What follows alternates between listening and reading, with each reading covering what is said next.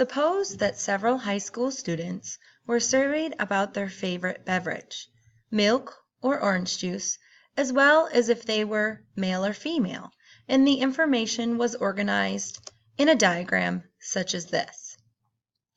We can write conditional statements, answer general probability questions, and make simple observations just by using the correct regions in the Venn diagram. For example, we could ask how many males chose milk as their favorite breakfast beverage. The solution is 9 because it is in the region overlapped by milk and males. Another question could be, what is the probability that a female will prefer milk? This is a conditional probability that given a person is female, what is the probability that they will choose milk as their favorite beverage? The probability notation looks like this. Notice that the 26 total females comes from the 15 females within the milk circle, plus the 11 outside both the male and milk circles, which means these are females that prefer orange juice. Another question we could ask is, out of all of those surveyed, what is the probability that they prefer orange juice? This is not a conditional statement. Rather, it is just a basic probability question. So the probability notation would look like this. The 29 comes from the 18 plus 11 outside the milk circle, and the 53 is the total of all of those surveyed. In the task you did today, chocolate versus vanilla, you related different representations, two-way tables, tree diagrams, and Venn diagrams.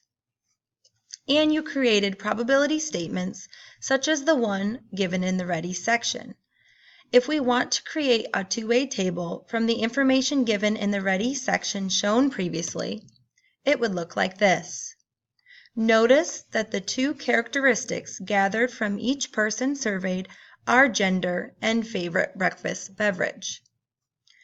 These will be the categories of our rows and columns in our two-way table.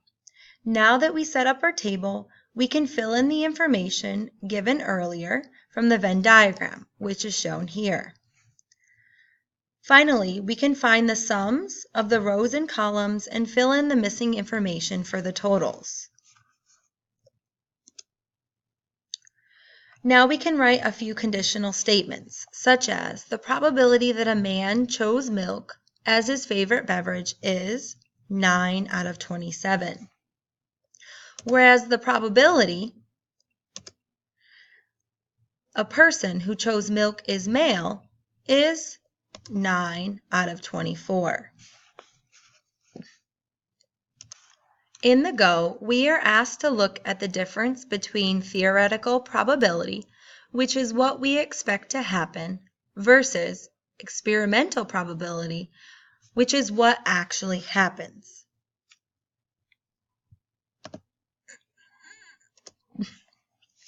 Recall that basic probability is the number of times an event A occurs divided by the total number of events.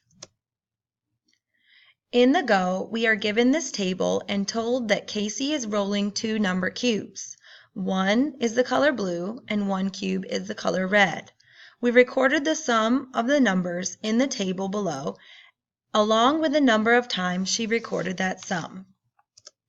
To find the sample space when we roll 2 die, we would have to use a table such as this. This shows all the possible combinations when we roll 2 die. To find the theoretical probability of rolling 2 dice and rolling a sum of 10, we would need to look at this diagonal. Rolling a 6 and a 4 is a sum of 10. Rolling a 5 and a 5 gives us a sum of 10. And rolling a 4 and then a 6 provides us with a sum of 10. Therefore, the theoretical probability of rolling a sum of 10 is 3 out of 36, or an 8.3% chance. If we are asked to find the experimental probability of rolling a sum of 10, we would look at Casey's experiment. In Casey's experiment, she rolled a sum of 10 9 times. Therefore, the probability that she rolled a sum of 10 was 9 out of 100, or 9%. Notice that our experimental probability is 9%, which is not exactly the same as our theoretical probability, which was 8.3%.